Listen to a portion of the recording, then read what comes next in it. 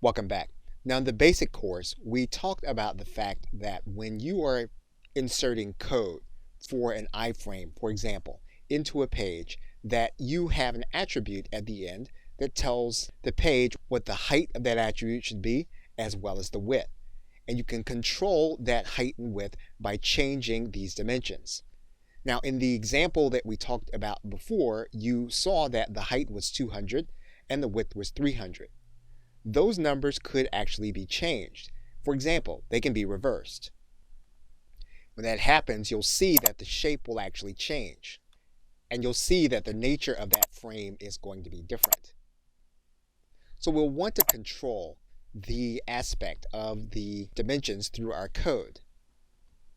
We could try to capture more of the frame by making it wider, for example. We can change the code to 600. We can save it and then re-upload. You'll see then that more of the page then becomes visible. We can also decide that all we want to control is the height.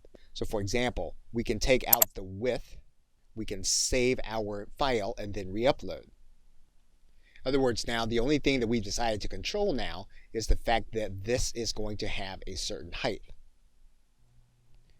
In most cases, understanding how to work with these dimensions will help you when you are using everyday coding in your work.